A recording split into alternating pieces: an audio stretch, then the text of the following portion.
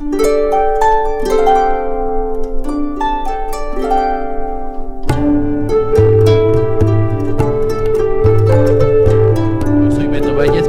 pues como ya hemos mencionado en el principio, estaremos hoy abordando el tema de las drogas. Y para eso el día de hoy se encuentra con nosotros el doctor Benigno Romano, quien es terapeuta del Centro Estatal de Salud Mental en el área de adicciones. Hola, bienvenido. ¿qué tal? Buenos días. Muchas gracias, Benigno, por estar aquí. Y pues bueno, entremos en materia. Me gustaría comenzar preguntando ¿qué son las drogas o qué podemos considerar por drogas? Claro, Beto, bueno, pues el tema es, se sabe que es complejo en sí. Yo empezaría por definir efectivamente qué es lo que se entiende por drogas duras, drogas blandas, cuál es la clasificación que se tiene con los estimulantes, con los depresivos, del papel de los medicamentos. El papel de los medicamentos tiene un papel muy relacionado con lo que es drogas, pero nada más que son drogas. De hecho, algunas farmacias, el nombre correcto es droguerías, ¿no? Las droguerías. Entonces, claro. El papel de las drogas que tenemos en la sociedad, la clasificación es importante, y después dar un poco de datos epidemiológicos sobre morbilidad y mortalidad de cómo estamos en el estado, en las zonas rurales, concretamente en la Sierra Norte, la Sierra Negra de nuestro estado, con relación al consumo de alcohol, y posteriormente hacer también algunos datos y reflexiones sobre las drogas que más se consumen a nivel nacional, las drogas duras, cuáles de ellas, en qué edad, en qué grupo de edad, cómo está evolucionando y qué se está haciendo por parte del Estado en términos de los esfuerzos conjuntos a través de sus consejos estatales, que al fin y al cabo los encabeza el propio gobierno a través de la Secretaría de Salud y todas las dependencias oficiales y no gubernamentales.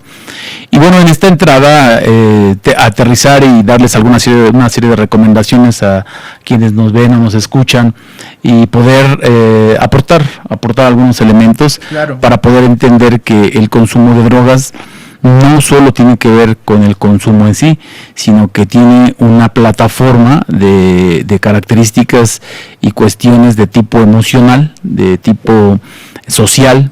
En sí, enfocar y ver al hombre biopsicosocialmente implicaría que esto puede ser abordado desde el enfoque educativo, que también quiero plantear algunas aportaciones desde el ámbito de las universidades, el libro que próximamente vamos a presentar de mi autoría con relación a las drogas. Bueno, este sería el preámbulo pues que yo quisiera iniciar con relación a esta clasificación y esta serie de elementos para entender el complejo problema de las drogas. Entonces, por lo que mencionas, ¿no? Sería como fundamental primero como profundizar en el término, ¿no? de la palabra droga, porque sí, como ya hacíamos mención, como que se estigmatiza o se señala que es el uso de sustancias uh-huh, que usualmente no tienen un uso más que podría llamarse recreativo, uh-huh, o cuál es la razón de, porque hablamos de fármacos, ¿no? De droguerías, de alcohol, de medicamentos, ¿todas entran en la misma o cuál es la diferenciación? Sí, correcto. Bueno, hay una clasificación de entrada, uh-huh, una clasificación muy conocida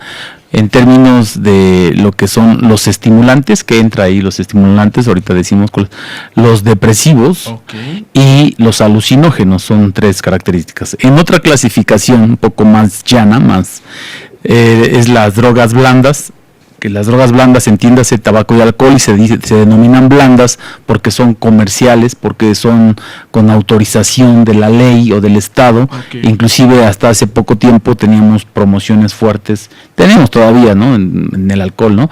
En el tabaco sí ya se ha restringido mucho por lo que implica esto de la ley de protección a los no fumadores y toda la cantidad de enfermedades, de la morbilidad y mortalidad que genera el tabaquismo. Podemos dar algunos datos. Claro. Y luego las drogas duras, que es en marihuana entran dentro de la primera clasificación. Okay. Y la cocaína, los inhalantes, las anfetaminas, metanfetaminas, una serie de drogas. Y ahí también yo haría otra aportación que tiene que ver, hay que meter como una tercera parte en esto, que son los medicamentos. O sea, los medicamentos, porque curiosamente las personas que son vulnerables a deprimirse, a tener ansiedad y este tipo de trastornos, recurren con frecuencia al consumo de algún antidepresivo, algún ansiolítico, psicótico, etcétera. El problema de ello es que después viene el automedicamento, es decir, la autorreceta, ¿no? Sí. La gente empieza a darse cuenta que con un Tafil se le quita y entonces empieza a tomar un comportamiento, y estamos hablando de un medicamento prescrito en términos médicos, pero que su uso, y tenemos problemas en Estados Unidos inclusive, el problema fuerte y serio que tienen ellos es en drogas duras, pero más las de diseño, y las de diseño entiéndase también los medicamentos combinados, pues, ¿no? Una serie de combinamentos de que le llaman cóctel, una serie de medicamentos que les dan uso de todo tipo, inhalados, inyectados, fumados, de todo tipo, y bueno, que como bien definías al principio, ¿no?, estimula o genera un cambio de comportamiento, de actitud. El problema de todo esto es que hay drogas muy dañinas, destructivas a nivel neuronal y que generan algunas veces daños irreversibles. Ese es el problema. Bueno, y en este orden de ideas, te decía el tabaquismo. A ver, empecemos, por ejemplo, el tabaquismo. De hecho, hasta a mí me tocó todavía fumar en la universidad. De hecho, daban chance de compartías el cigarro. Cualquier espacio era permitido. En el cine se fumaba, en el avión, en el camión, en todas las áreas públicas se podía fumar. Pero con el tiempo se detectó la cantidad, más de 4,000 sustancias altamente tóxicas, el contenido del tabaco, y junto con ello aparecieron muchísimas enfermedades relacionadas al abuso del tabaco: cáncer en la lengua, en la laringe, faringe, efisema pulmonar, y algunas de las sustancias más conocidas que tiene el tabaco, bueno, pues es el alquitrán, la nicotina, plomo, que son sumamente dañinas para el organismo. Todas estas, perdón que te interrumpa, estas sustancias o estos componentes son los que se le van en el proceso de la producción de un cigarro, o vienen en el tabaco en sí, o sea, naturalmente o... Ajá, muy bien. No, fíjate que ahorita que comentas eso, de hecho es en el proceso, porque el problema hasta hace poco tiempo, ya cuando empezó este problema de la ley, digo problema porque vino una serie de contradicciones con relación a la ley de protección a los no fumadores y el papel del fumador pasivo. ¿Qué es el fumador pasivo? El fumador pasivo es todo aquel que convive con el fumador activo. Y esto responde un poco más a la pregunta esta que dices. ¿Por qué se daña más a un fumador pasivo que a un activo? Porque a la hora de exhalar, el humo sale con más componentes tóxicos que los que se metió el que está fumando. Okay. Entonces esto genera que el fumador pasivo pueda enfermar a veces más pronto que un fumador activo. Y hasta hace no mucho el Consejo Nacional contra las Adicciones tenía un diagnóstico y ponían el ejemplo, ¿no?, de decir que era como si se cayera un avión todos los días en términos de muertes, diario.